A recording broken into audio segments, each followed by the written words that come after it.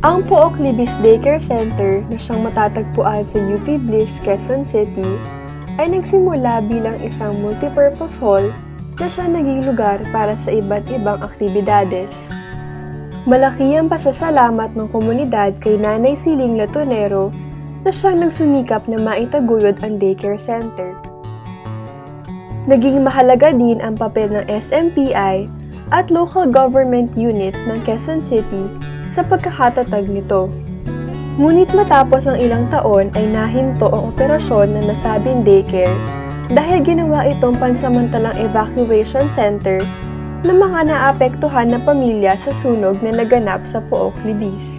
Nakabawi ito mula sa tulong ng iba't ibang institusyon katulad na lamang ng UP at INSA na siya nagsanay sa 3 guro upang magturo sa daycare. Makalipas ang ilang taon, ito na ang Pook Libis Daycare Center ngayon. Mula sa may kalayuan ay madidinig ang ingay na gaya ng isang pangkaraniwang silid-aralan. Mga batang bumabaybay ng nursery rhymes o umaawit ng mga kantang pangbata.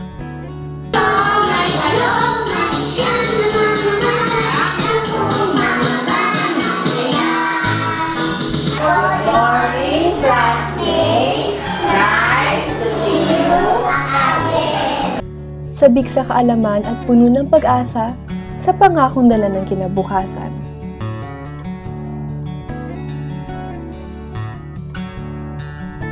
Unang naitatag ang Pook Libis Daycare Center noong 2005 at marami-rami na rin mga bata ang dumaan sa pagpasok dito. Sa kasalukuyan, may 38 bata ang nag-aaral dito. Pawang sina Teacher Malu at Teacher Weng lamang ang mga gurong matyagang nagtuturo sa mga bata. Ang naging problema ng daycare dyan, kaya hindi nakapagpatuloy ng 5 years kasi walang mga teacher na magtuturo. At saka walang magko-comment kasi wala namang sweldong permanente. Ninanais nilang may dumating ng mga bagong guro na maaari nilang mapagsanay para pumalit sa kanila pagdating ng panahon. Mga 10 teacher na yung nagtuturo dito, pero hindi sila magtatagal dahil sa problema ng pinansyal. Isang malaking hamon para kina Teacher Malu at Teacher Weng ang pang-araw-araw na pangangailangan ng Pook Libis Daycare Center. Ito na lang yung aming nagsisikap na lang kami ni Teacher Malu na kahit papaano mabigyan namin ng maayos na pagsiservisyo yung mga bata, pati yung mga kananayan.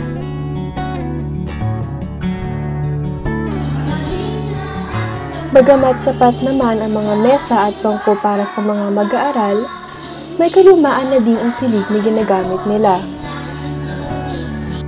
Talagang kakulangan kung kami lang kasi una talagang pinoproblema namin yung COVID. Yung bata minsan dumudumihan sila ang kakalan. Hiling nila na mapagtibay at maipaayos ang mga pasilidad ng daycare center. Ngayon sana maayos yung aming daycare, maayos yung aming sahig, tapos malagyan ng tubig sana yung aming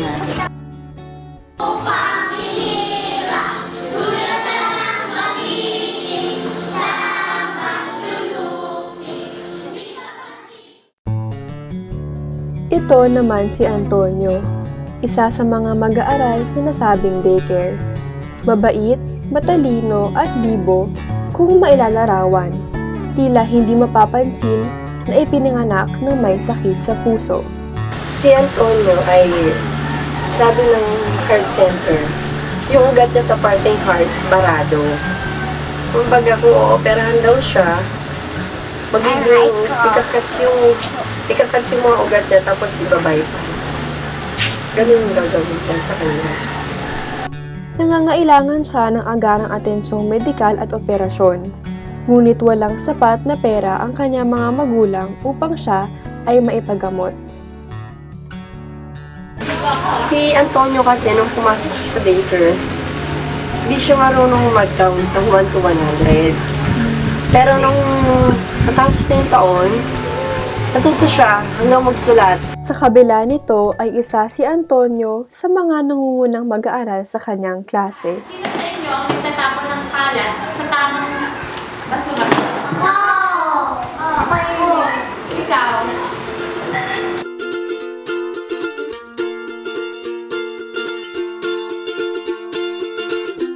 Kami ni Teacher Malu, nananawagan talaga na sana magkaroon ng second liner na magtuturo dito sa daycare. Dahil may matanda na rin. Matanda na rin kami. Napansin naman siguro na wala kaming assistant.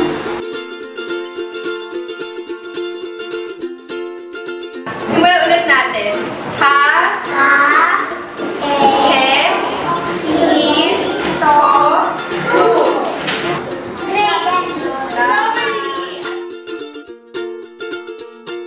Bagamat ang salitang voluntaryo ay nasa puso yan.